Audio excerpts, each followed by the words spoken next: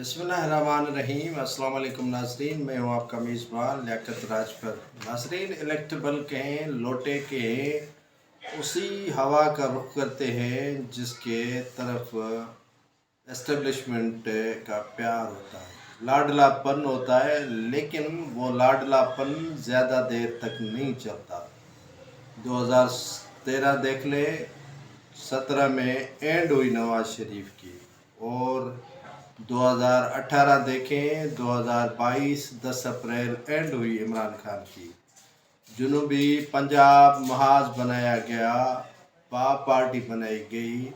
इमरान खान को बाप पार्टी के ज़रिए बलूचिस्तान से हटाया गया और वफाक से भी हटाया गया, जबकि जुनूबी महाज पंजाब जो बनाया गया था वो रहनुमा अक्सर इमरान खान के साथ चले गए। जब इमरान खान की हुकूमत गई तो उनका साथ भी वो छोड़ कर चले गए।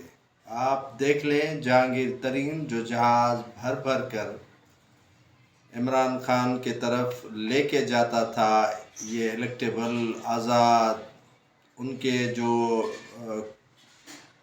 हुकूमत बनाने में किरदार था, वो एस्टेब्लिशमेंट का बड़ा ही किरदार था। पंजाब भर में उनको लोटे मुहैया किए गए, लेकिन ज़्यादा देर तक ये प्यार न चल सका और इन इलेक्टेबल्स को, इमरान खान हो या नवाज शरीफ हो, उनसे अलग किया गया। वही रास्ता चुनकर मियां नवाज शरीफ दोबारा आए।